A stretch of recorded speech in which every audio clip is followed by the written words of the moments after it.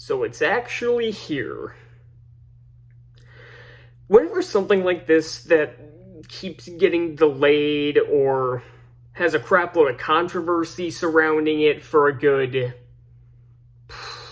God, it's been how long at this? 3 years at this point, maybe? Maybe it's only been like 2 years, I don't know. But something like this, or the Percy Jackson show, or one of these other garbage heaps that have come out of Disney, it almost kind of feels surreal when they actually come out.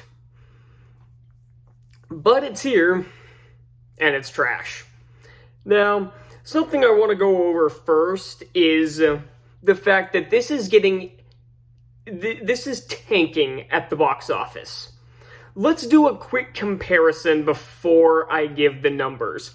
Let's look at Disney's last film, which people are saying is bombing, but it is really only underperforming as it just crossed $400 million, and that's Captain America: Brave New World. For its opening weekend, it opened in 4,105 theaters and made $88.8 million domestically. Now, Snow White opened in 4,200 theaters and has grossed only $43 million domestically. Yes, that's less than half of what Captain America had, and I can guarantee you this will not have the legs that Captain America did. Because Captain America is still holding strong in third place, so it's still making a little bit of money. But even though there's not really much that comes out within the next few weeks as far as big movies, unless you want to count that Minecraft movie, this is not going to have legs, especially since people absolutely hate this thing. On Rotten Tomatoes, the actual audience score, not the verified audience crap, is in the low 20s. It's around 22 to 23, I think, at this point. And IMDb, it is at 2.2. Just to give you some perspective, The Last Airbender's at a 4. So that's what we're dealing with here. So, let's get into the actual movie. I should probably briefly talk about the original, the 1937 classic that's one of the most influential films of all time and made Disney what it is. I will say it's definitely not among my favorites. And no, obviously not for the same reasons that Zegler's bitched about it for the past 2 years, that she finds the dwarves creepy, or that she finds the kiss scene at the end to be sexual assault, or whatever the fuck she said, or that all the other dumbass liberals do. I just kind of find the movie boring. I recently, I think over the summer, I showed it to my brother for the first time, and we both really found it boring, which kind of sucked because I was kind of hoping I would really like it. There have been times where I haven't really liked movies younger that I can appreciate now, but it turns out this one was not among them. I mean, don't get me wrong, I'm not going to say it's bad. It's definitely not. It's a classic for a reason. But it's definitely not one I'm going to rewatch that often, if maybe ever. But holy hell, this remake is awful. And it's not, and just like Little Mermaid, it's not just the controversy. That's not the only reason why this movie sucks. If there was no controversy around this film, my opinion on this would be no different. This movie is awful in every sense of the word. So, I am having my phone pulled up because I have the Wikipedia breakdown, the plot synopsis, so I can basically for notes. Because I also wrote down a few notes as well. You can see there's like 5 on here.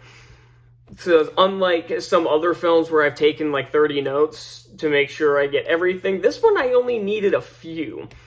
First thing is a change that so Snow White obviously gets her name because of her skin being as white as snow. Everybody knows that, and that was one of the big controversies around this garbage casting. So, why is she named that in the film? It was because she was born during a blizzard. No, seriously, that's the best they could come up with. And I'm betting this was a last-minute addition, because it's only briefly glossed over in one shot, and it's never mentioned again. So that, kind of seems like that was a last-minute addition after this casting happened. So that's kind of funny.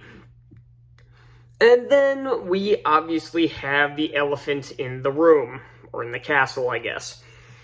And it's Rachel Zegler. And no, she's not good in this movie. She's really not, and I'm not saying that just out of personal bias. She is not very good in this. But she looks like an Oscar contender compared to Gal Gadot. I genuinely do not know how Gal Gadot keeps getting work. Oh, you know what? I actually do. It's because she was Wonder Woman. That's really it. This is one of those times where an actor gets a big-time role, and then they ride that role as long as possible so they can keep getting other roles, even though they have absolutely no talent. I'm also looking at Megan Fox after those Transformers films. I could not stop laughing anytime she was acting on screen. I was either laughing or cringing. And I'm not saying, and I know the word cringeworthy is way overused on the internet, but there were several instances where I legitimately did cringe, where my muscles tensed up just watching her try to act. She has not had a good performance, maybe outside of Wonder Woman, and even then it was just okay. This woman cannot act, she needs to stop getting roles. And she got an original song in this movie. In fact, there are many original songs, about half the soundtrack is. And these songs are done by Benj Pasek and Justin Paul, who have done very good soundtracks in the past. They wrote the songs for the original Dear Evan Hansen Broadway show. They wrote the songs for La La Land, The Greatest Showman, and the new lyrics and songs for the Aladdin remake. So this is a very talented duo. But holy hell, these new songs suck. Now, the opening song is, I guess, fine. It's just a little bland. But, you know, here, let me pull up the soundtrack here quick. So there's the opening song, which, like I said, is just kind of bland. It's not awful. It's just kind of there. One problem I do have with these new songs is that they're way too modern for this film. Like, trying to combine these new songs with the songs from the original, like Hi-Ho and Whistle While You Work, they don't match at all. At least with the Aladdin remake, they tried to, like, update the score, the score for the songs a little bit so that they kind of matched with the new songs. They at least tried. Here, they really didn't. Then there's a solo by Zegler it's an I Want song. It's not very good. I'm gonna skip the villain song because I have a little bit more to say about that. There's a song by the love interest whose name is Jonathan. It's not the prince from... This guy's not even a prince, he's a fucking bandit. Oh boy. There's a love song that's awful, there's a couple of reprises that are terrible, and then the ending song is just... I kind of tuned it out. But then we have the villain song called All Is Fair, and this is one of the worst songs I've ever heard out of a musical. Not only is Gal Gadot singing that very good, and it's heavily auto-tuned, which is odd because the other actors surprisingly aren't. Well, at least not to the degree that she was, to the point where you could literally hear the technicalities in the vocals. And this song, not only with that crappy auto-tuning, with how it's written, how it's performed, and how it's, I guess, choreographed. That's not really a dance, but with everything going on and how it's shot, this belongs straight out of the Descendants movies. It is that bad. Now, and honestly, the songs, the Descendants weren't that bad. Do you remember the villain song in that one, Evil Like Me by Maleficent? Imagine that. But the movie doesn't think it's silly. The way it's kind of being shot and everything, they think that this looks so badass, and it is the cringiest scene in the entire movie. I literally sat back in my seat. This was one of those times where I legitimately cringed where I'm just kind of like twitching like this. My muscles are tensing up because I'm just like, somebody make it stop. And this song goes on for a while too. This isn't like a minute and a half long song. And there's a fucking reprise later as well. They were that high on this song that they thought it deserved a fucking reprise later on. Lord help me. And the production design is disgusting. Everything about it. The CGI is awful, and not just the dwarves. The green screen work is not very good. And all of the effects inside the castle with like the magic mirror and everything look fake as shit.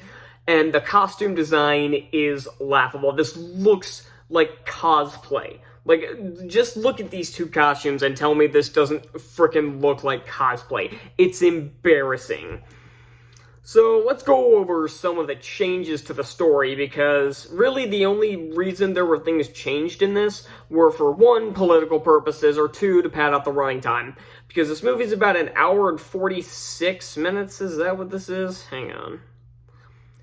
Running time, 109 minutes, so 1 hour 49 minutes, which I don't think I need to tell you is much longer than the 37 film, and honestly much longer than this needs to be. Also, I mentioned the CGI, but it's like, this movie had a budget of roughly $269 million, which would put it as I believe, the 20th most expensive film ever made. Hang on, I have the list here. Yes. $269 million. This is the 20th most expensive movie ever made. Right ahead of movies like Jurassic World Dominion, John Carter, and Batman v Superman. That's some great company for you. But that is how expensive this movie is. And it looks this bad. This is inexcusable. So, let's talk about some of the changes. I already mentioned the beginning where it has her parents with her as a little girl, because that obviously needed to be added to the film, just like the Mulan movie needed to add that stuff. There was really no point to it whatsoever. And again, you've got the bandits, who's the leader of the bandits is the love interest of this. It's stupid as hell, and they have no chemistry whatsoever.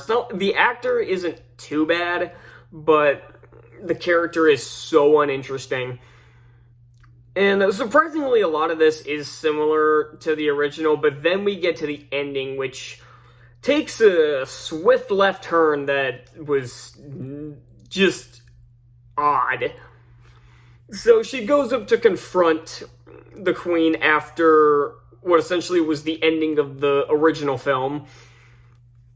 And then she goes up and makes this big speech about how fair and loving her father ran the kingdom. And by the way, it's mentioned that the evil queen killed her father. That was a twist that I could see coming a mile away. And she after making this speech, they basically rip off the Aladdin remake. And the best way I can put it is that scene where she convinces the guards to turn on Jafar. It's the exact same scene. And when this is hard to, because this is what's telling me what actually happened in this scene, because I had no idea what was going on at the end of this. She rushes back to the magic mirror and throws a little bitch fit, and the mirror basically tells her that she will never be the fairest of them all. And by the way, fair in this movie does not resort to beauty like it usually does in every other rendition of this story and every other story that's used that term before. It's about literally being a fair and just ruler, because, again, the entire point of this was apparently that Snow White's supposed to be a better political leader than her, even though she demonstrates no such skill. She's a kind individual, which is ironic. They seem to be really trying to hammer that down your throat, considering Zegler's anything but. But beyond that, there is no indication that she can actually run a kingdom. Just because you're fair doesn't mean you're qualified for the job. But either way, back to this weird-ass climax. She again, during the Queen's little bitch tantrum, she smashes the mirror with something, I don't know what it is, and through, like, the shattered glass, she, like, what does it say happened?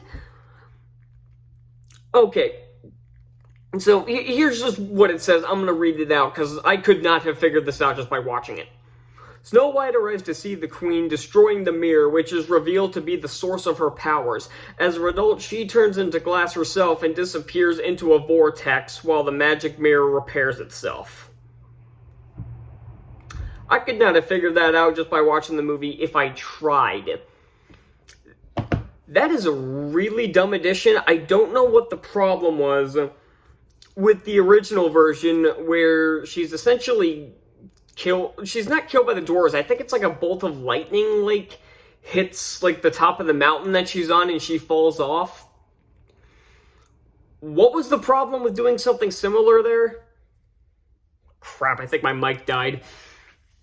So if my audio starts sounding different in the middle of the video, now you know. I just realized that the green light is no longer on, which means the thing's battery is dead. But whatever, it really doesn't matter. You can still hear me without the mic. And honestly, I don't think there's much else to talk about. Like, obviously, this movie's bad.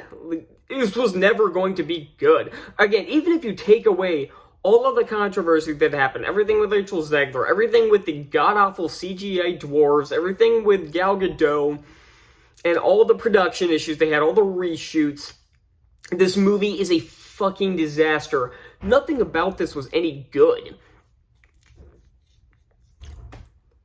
I'm trying to think here whether or not this one was worse than Little Mermaid. It might be. And you all know how much I hated that one, so that's quite the achievement. This obviously gets an F. And that's honestly a very generous score. So that's all I got, and I'll see you next time. Bye.